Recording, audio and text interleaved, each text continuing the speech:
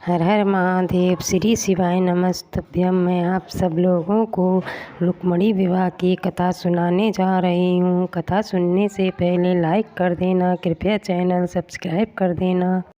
विदर्भ देश के राजा भीष्मक के 5 पुत्र और 1 पुत्री थी।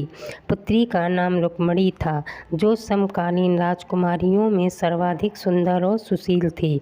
उससे विवाह करने के लिए अनेक राजा और राजकुमार आए दिन विदर्भ देश की राजधानी की यात्रा करते रहते थे।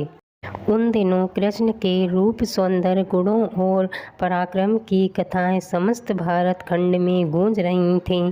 राजकुमारी रुक्मिणी अपनी किशोर अवस्था में ही थी कृष्ण के संबंध में सुनती चली आई थी, इसलिए उसके मन में कृष्ण के लिए एक विशिष्ट स्थान बन गया था।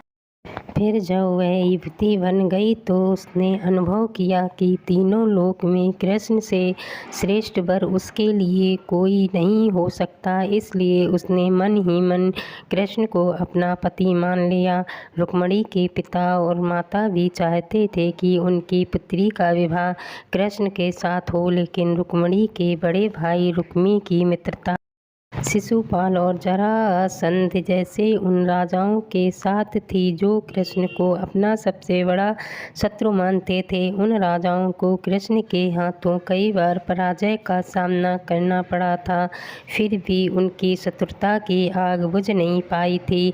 जब रुक्मी को यह पता चला कि उसकी बहन कृष्ण के साथ विवाह करना चाहती है और उसके माता पिता भी इससे सहमत हैं, तो उसने एक दिन राजसभा में घोषणा कर दी कि उसकी बहन रुक्मिणी का विवाह चैंद देश के राजा शिशुपाल के साथ होगा।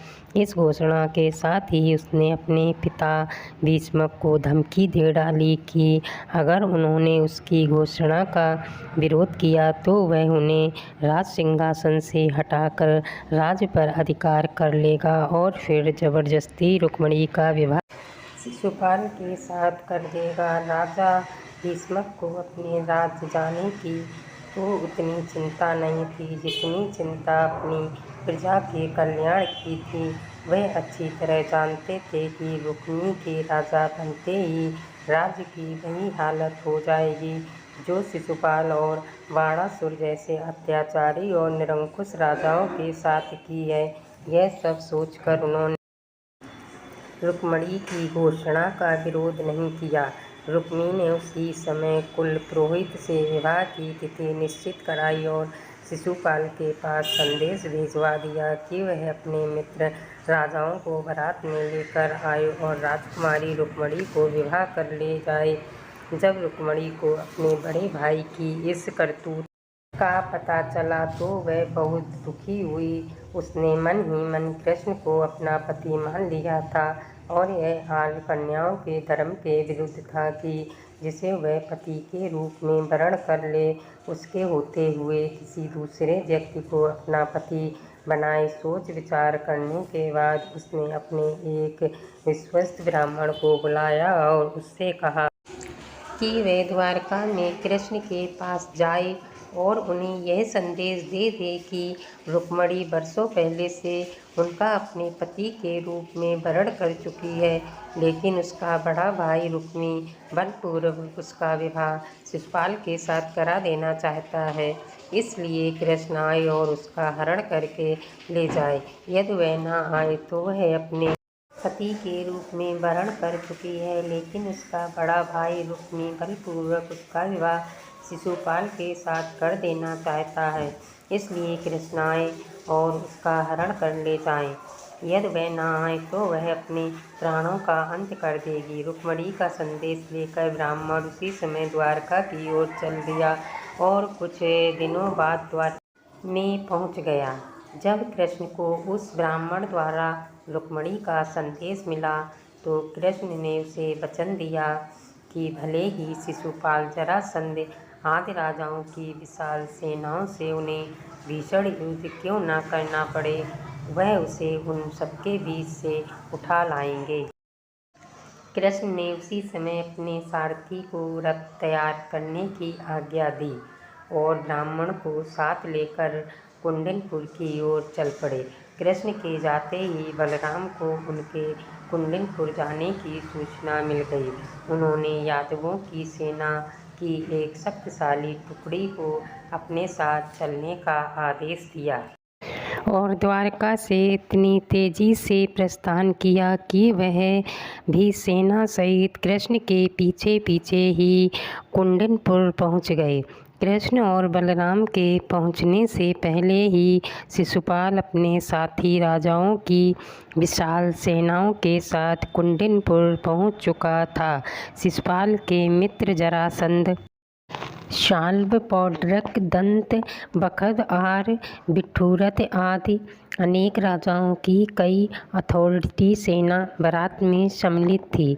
विवाह के दिन सुबह ही परंपरा के अनुसार रुक्मिणी अपनी सहेलियों के साथ अन्य महिलाओं के साथ गौरी पूजन के लिए नगर में बाहर बनाए गए मंदिर में पूजा करने गई। रुक्मिणी के संदेश वाहक ब्राह्मण द्वारा कृष्ण को इस बात का पता चल चुका था, इसलिए वे रथ लेकर मंदिर के पीछे पहुंच गए। पूजा करने के बाद रुक्मिणी जैसे ही मंदिर से निकली, कृष्ण ने उन्हें उठाकर अपने रथ में बैठा लिया। रुक्मिणी के साथ आए सैनिक देखते ही रह गए।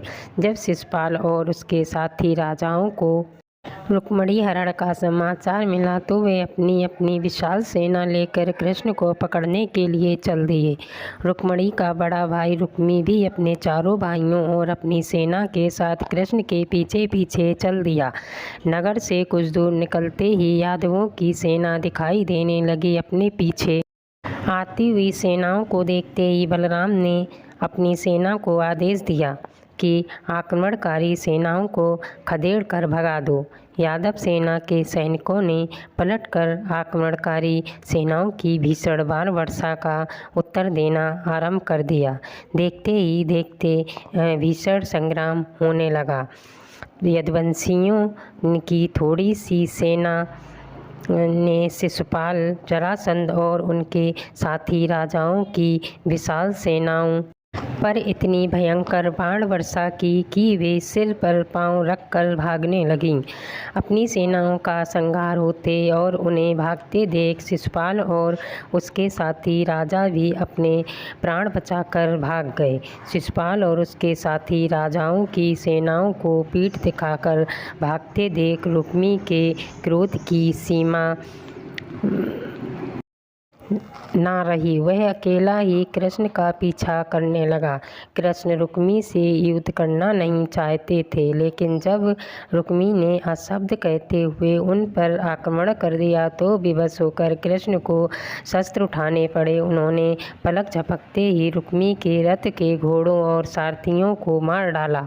रुक्मी भी उनके बाणों से घायल हो गया। कृष्ण ने तलवार संभाली और झपट कर रुक्मी को पकड़ लिया और उसी के उत्तरार्धी से उसके हाथ पैर बांधने के बाद उसके सिर पर तथा दाढ़ी मूँछों के बाल जगह जगह से मोड़ कर उसे कुरूप बना दिया। रुक्मी यह प्रतिभा करके कृष्ण से युद्ध करने चला था कि अगर वह अपनी बहन रुक्मिणी को कृष्ण के हाथों से छुड़ाकर नहीं लाया तो कुंडनपुर में नहीं लौटेगा। बलराम के कहने पर जब कृष्ण ने उसे छोड़ दिया तो वह अपने बचे कुचे सैनिकों को लेकर एक निर्जन प्रदेश में चला गया और वहीं नया नगर बसाकर रहने लगा।